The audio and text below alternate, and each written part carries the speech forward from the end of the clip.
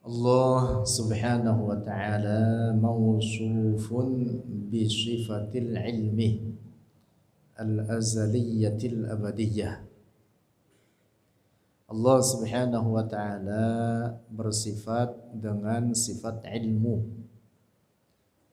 yang azaliyah dan abadiyah. Artinya tanpa permulaan dan tanpa penghabisan. Ilmu Allah tanpa permulaan dan tanpa penghabisan. Ilmu Allah tidak baharu. Itu maknanya bahwa ilmu Allah azaliyatun abadiyah. Ilmu Allah tidak baharu.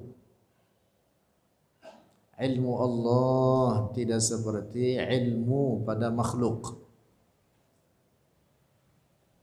Ilmu pada makhluk seperti pada kita adalah ilmu yang baharu. Ilmu pada makhluk dengan usaha. Kita memiliki ilmu dengan cara belajar, lantas kita mengetahui. Ilmu Allah tanpa usaha. Ilmu Allah tidak berkurang, tidak bertambah. Tidak berkurang, tidak bertambah, tidak berubah dari satu keadaan kepada keadaan yang lain, tidak didatangi oleh sifat lupa.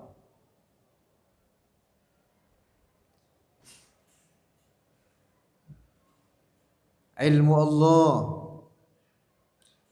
dengannya Allah mengetahui segala perkara sebelum kejadiannya. Serinci-rincinya setiap perkara pada makhluknya ini tidak ada yang tersembunyi bagi Allah. Wala ya'zubu anhu misqalu dzarrah. Tidak ada sebesar zarrah sekalipun tersembunyi bagi Allah. Allah mengetahui itu semua serinci-rincinya.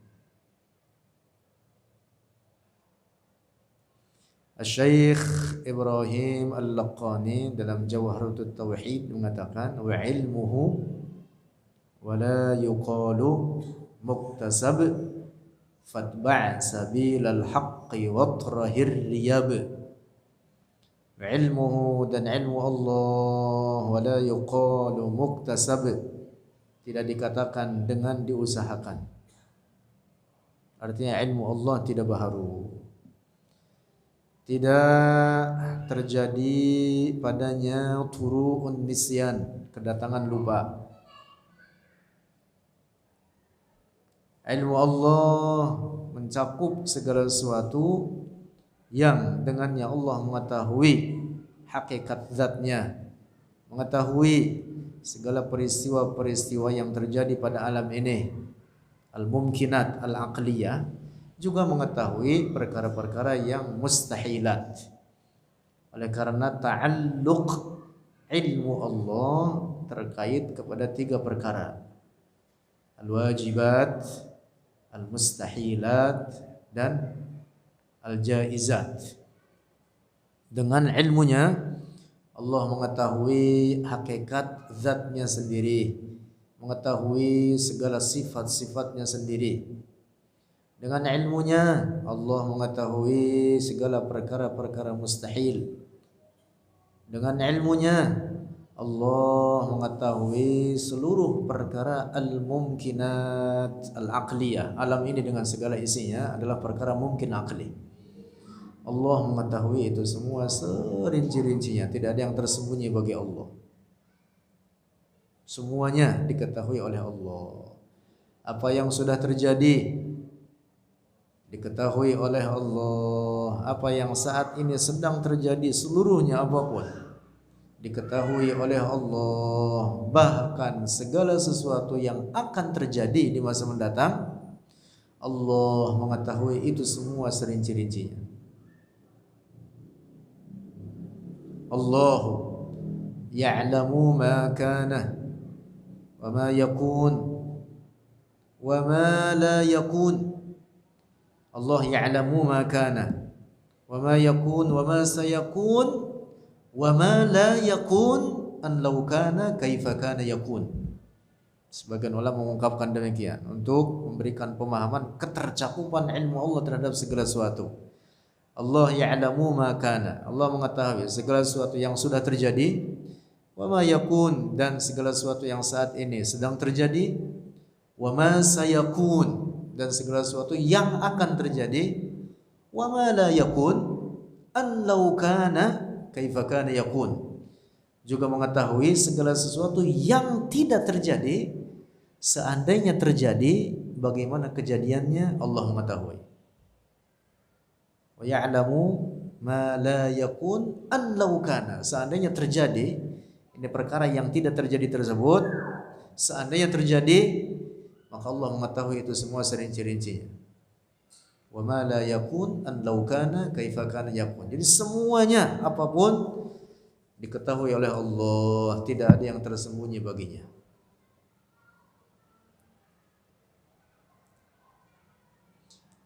Nah, ilmu Allah tidak ada yang baru, tidak ada yang baru yang dengannya, yang dengan kebaharuan tersebut baru terjadi padanya. Itu mustahil bagi Allah.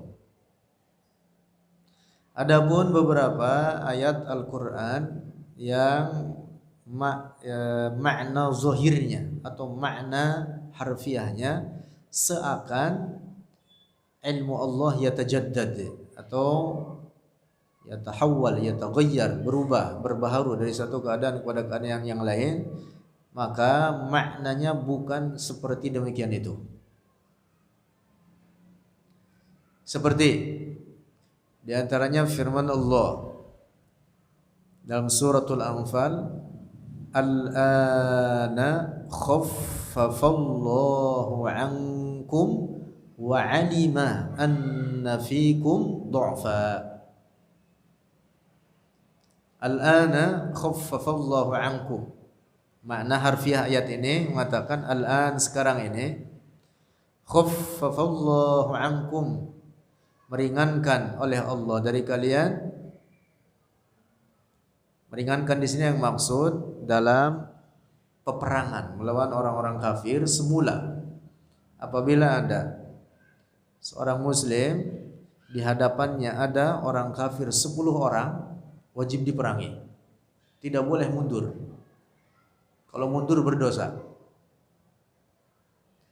Asalnya seperti itu. Iyyakum minkum mi'atun sabiratun yaghlibu alfam minal ladzina kafaru.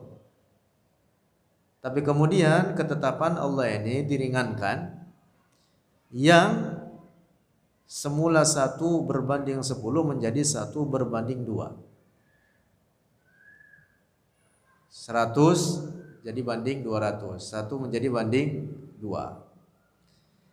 Nah, ada keringanan kalau umpama berhadap-hadapan dalam peperangan melawan 1 banding 2, 1 orang muslim, 2 orang kafir, maka haram al-firar minaz zahf.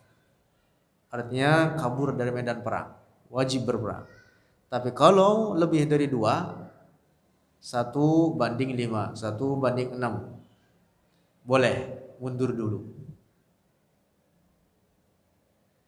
Semula 1 banding 10, maka kemudian diringankan dengan turun ayat ini, al-ana khaffafallahu ankum wa 'alima anna fikum du'afa.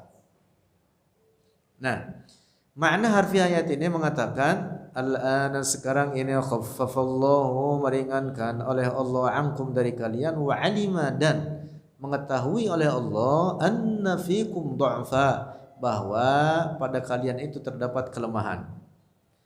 Nah, alima di sini tidak kembali kepada al-ana. Al-an itu tadi apa maknanya? Sekarang. Sekarang diringankan oleh Allah dengan ditetapkan hukum yang baru bagi keringanan dalam peperangan tersebut. Itu tadi menjadi 1:2. Nah, kemudian Allah menyebutkan wa alima anna fikum du'afa. Kata alima di sini bukan kembali kepada al-ana, bukan berarti bahwa Allah baru mengetahui sekarang bahwa pada kalian terdapat kelemahan, bukan begitu maknanya. Tapi alima di sini ai bi ilmihil azaliyyi, artinya dengan ilmunya yang azali Allah mengetahui bahwa saat inilah atau sekarang inilah terjadi kelemahan di antara kalian sehingga diringankan oleh Allah. Jadi ilmu Allah tidak terkait dengan az-zaman al-hadir, zaman sekarang atau zaman al-mustaqbal atau az-zamanul madhi. Ilmu Allah tidak terkait dengan waktu, tidak terikat oleh waktu dan zaman. Nah, karena itu kata alima yang ada dalam ayat ini bukan berarti bahwa Allah baru mengetahui kelemahan tersebut sekarang, saat itu diringankan bagi orang muslim, tidak. Dapat dipaham tidak ini? Saya ulang lagi. Jadi firman Allah dalam ayat ini, al-ana khaffafallahu ankum. Sekarang diringankan dari kalian dalam peperangan menjadi 1 lawan 2 yang tidak boleh kabur dari medan perang. Wa alima, dan Allah telah mengetahui dengan ilmunya yang azali bahwa saat sekarang inilah pada kalian terdapat apa? Kelemahan. Bukan alima bahwa Allah baru mengetahui sekarang, bukan. Dapat dipahami ini? Nah, jadi kesimpulannya bahwa ilmu Allah azaliyatun abadiyah. Azaliyatun ay la bidayata laha. Tidak ada permulaan baginya. Abadiyah ay la nihayata laha. Tidak ada penghabisan baginya. Artinya ilmu Allah la yatajaddad, tidak berbaharu, wala yatatawwar, tidak berkembang, wala yataghayyar, tidak berubah, wala yatahawwalu min halin ila hal, tidak berubah dari satu keadaan kepada keadaan yang lain. Ilmu Allah ghairu muktasab, tidak dengan diusahakan. Ilmu Allah tidak baharu. Ini adalah pengertian sifat ilmu Allah adalah sifat azaliyatun abadiyah. Satu. Ayat lain yang juga seakan makna zahirnya memberikan pemahaman bahwa ilmu Allah berubah. Yang tentu paham tersebut tidak boleh kita yakini demikian adanya. Yaitu firman Allah,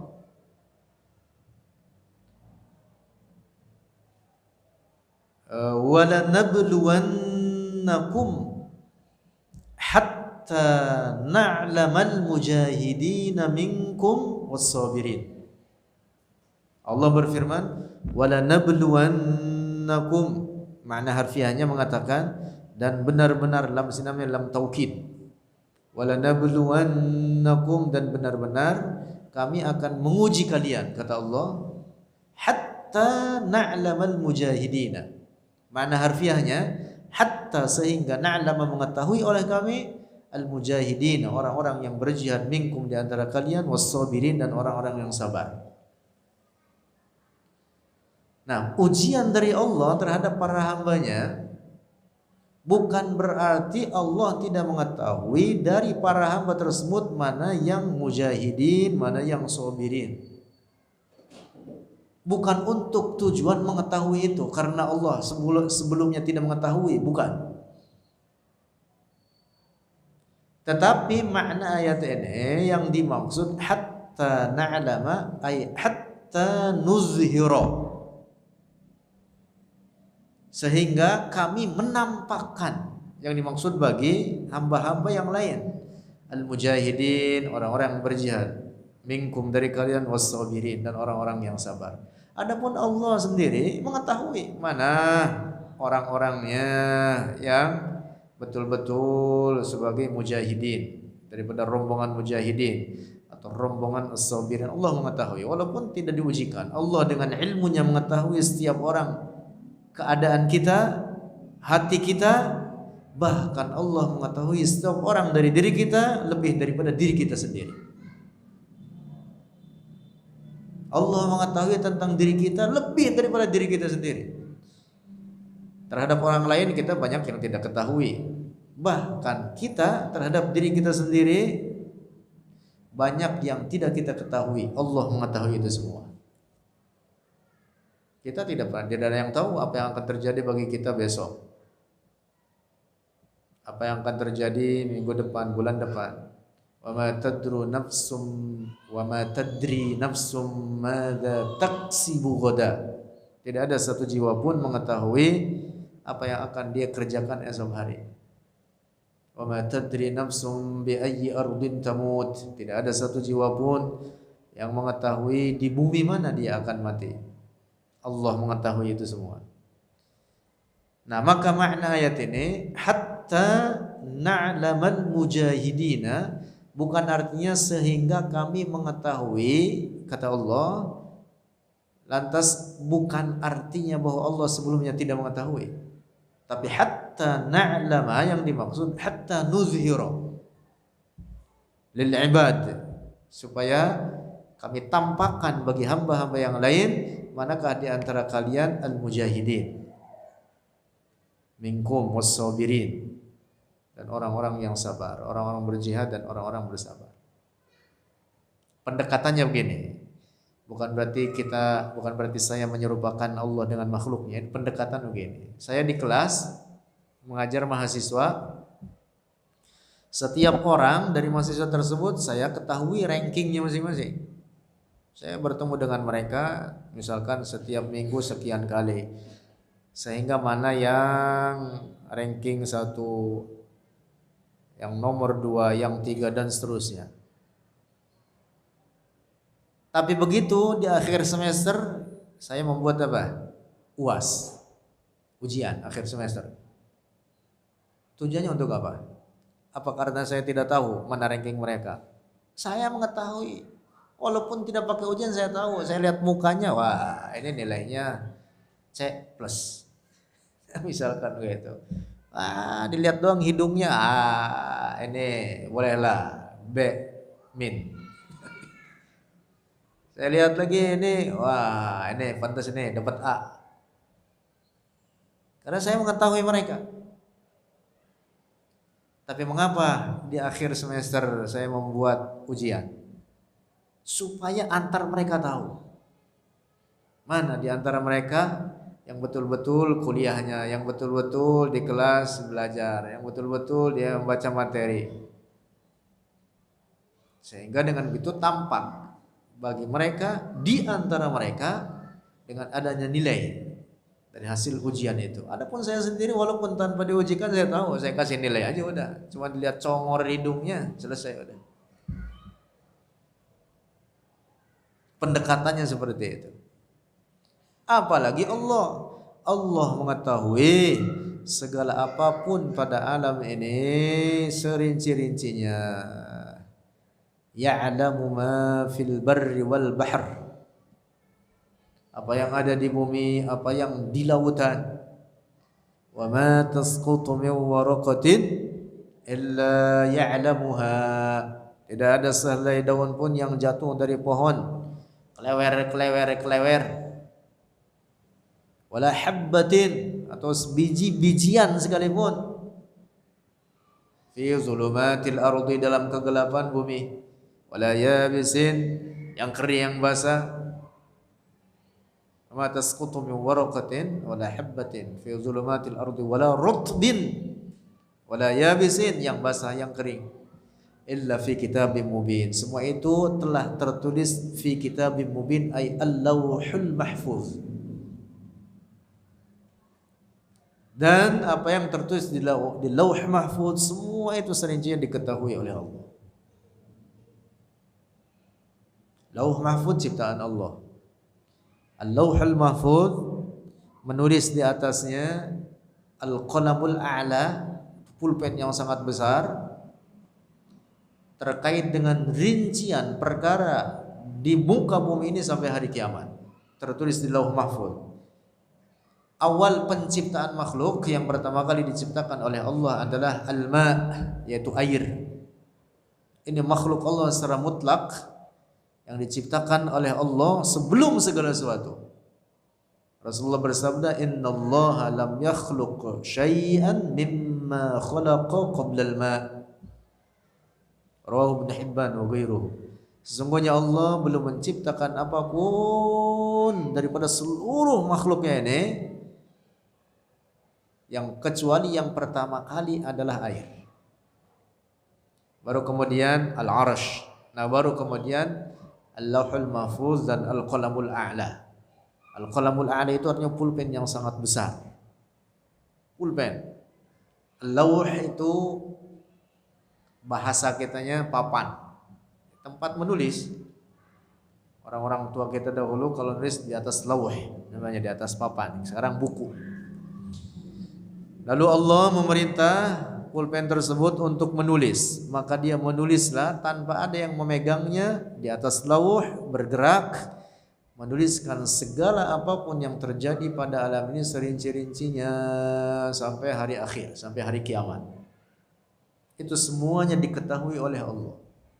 Nah, dalam ayat tadi itu firman Allah, "Wa ma ya'lamu wa ma tasqutu min waraqatin illa ya'lamuha."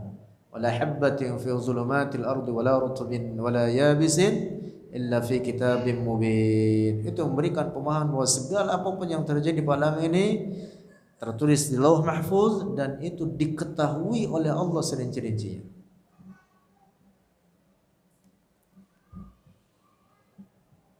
Nah, jadi Allah Subhanahu wa taala ilmunya adalah ilmu yang azaliyun abadi. Tidak ada yang baharu. Sebagaimana sifat-sifat lainnya bagi Allah semua itu adalah sifat zatnya, adalah sifat-sifat azaliyatun abadiyah, tanpa permulaan, tanpa penghabisan. Bukan dalam makna sifat-sifat benda, bukan dalam makna sifat-sifat seperti pada manusia atau makna atau sifat-sifat pada makhluk lainnya. Sifat sama' Allah misalkan bukan dengan telinga atau anggota badan, bahwa Allah Maha mendengar. As-sama' bahwa Allah mausufun. As-sami' ay anna Allah mausufun bi sifatis sama', bahwa Allah memiliki sifat sama'. Bukan dengan telinga, bukan dengan alat-alat, bukan dengan anggota badan. Demikian pula dengan sifat al-basar bagi Allah, bahwa Allah Maha melihat bukan dengan anggota badan, biji mata seperti kita macam ini atau alat-alat lainnya. Sifat hayat Allah azaliyatun abadiyah, tanpa permulaan, tanpa penghabisan. Laisat biruhin wa damin, bukan dengan ruh, bukan dengan darah, bukan dengan daging, bukan dengan tulang, bukan dengan tubuh. Nah, dan demikian seterusnya bagi seluruh sifat-sifat Allah. Semua sifat Allah bukan dalam makna sifat benda. Semua sifat Allah bukan dalam makna sifat-sifat tubuh. Semua sifat Allah tidak ada apapun yang menyerupainya. Nah, termasuk dalam hal ini adalah sifat ilmu Allah, bahwa Allah Maha mengetahui. Sifat ilmu bagi Allah sifatun azaliyatun abadiyah, ya'lamu biha al-wajibat wal mustahilat wal jaizat, yang dengan ilmunya Allah mengetahui segala perkara-perkara wajib akli, perkara-perkara mustahil akli, dan segala perkara jaiz akli atau mungkin akli.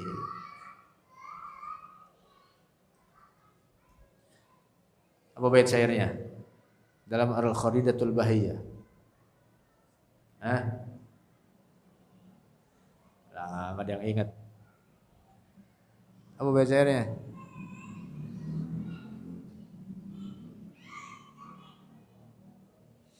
dalam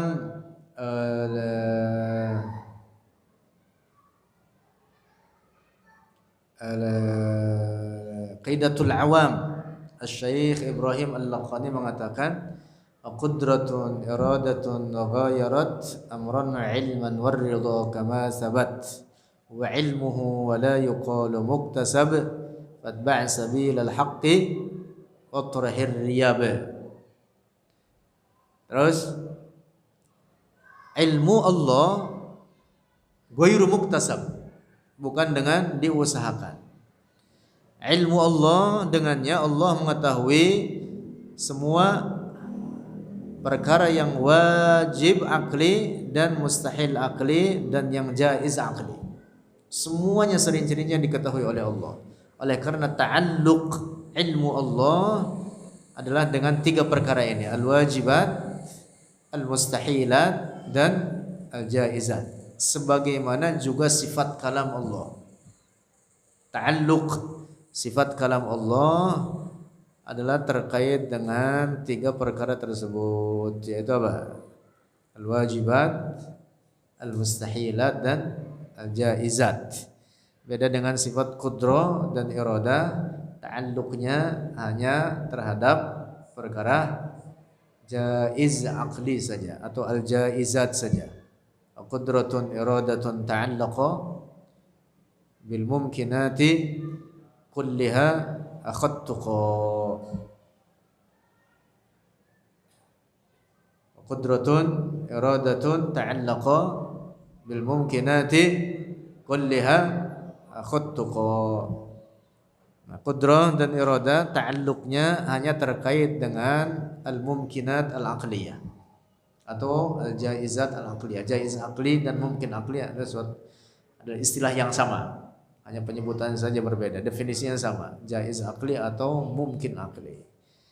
Nah, sementara ilmu Allah dan kalam Allah ta'alluqnya dengan tiga hukum akal tersebut. Ta'alluq terkait terhadap al-wajibat, ta'alluq terhadap al-mustahilat dan terhadap al-jaizat atau al-mumkinat. Sehingga dengan ilmunya Allah mengetahui hakikat dirinya sendiri, mengetahui segala sifat-sifatnya. Ini perkara wajib namanya. Allah dan sifat-sifatnya disebut dengan wajib akli. Juga dengan ilmunya Allah mengetahui segala perkara-perkara mustahil. Juga dengan ilmunya Allah mengetahui segala perkara-perkara jaiz. Jaiz akli itu alam ini dengan segala isinya. Kullu man siwallah. Para makhluk ini adalah sebut jaiz akli. Allah mengetahui itu semua serinci-rincinya. Tidak ada yang tersembunyi bagi Allah. Nah, jadi ta'alluq ilmu Allah ini terhadap tiga perkara ini, al-wajibat, al-mustahilat dan al-jaizat. Wallahu a'lam bissawab.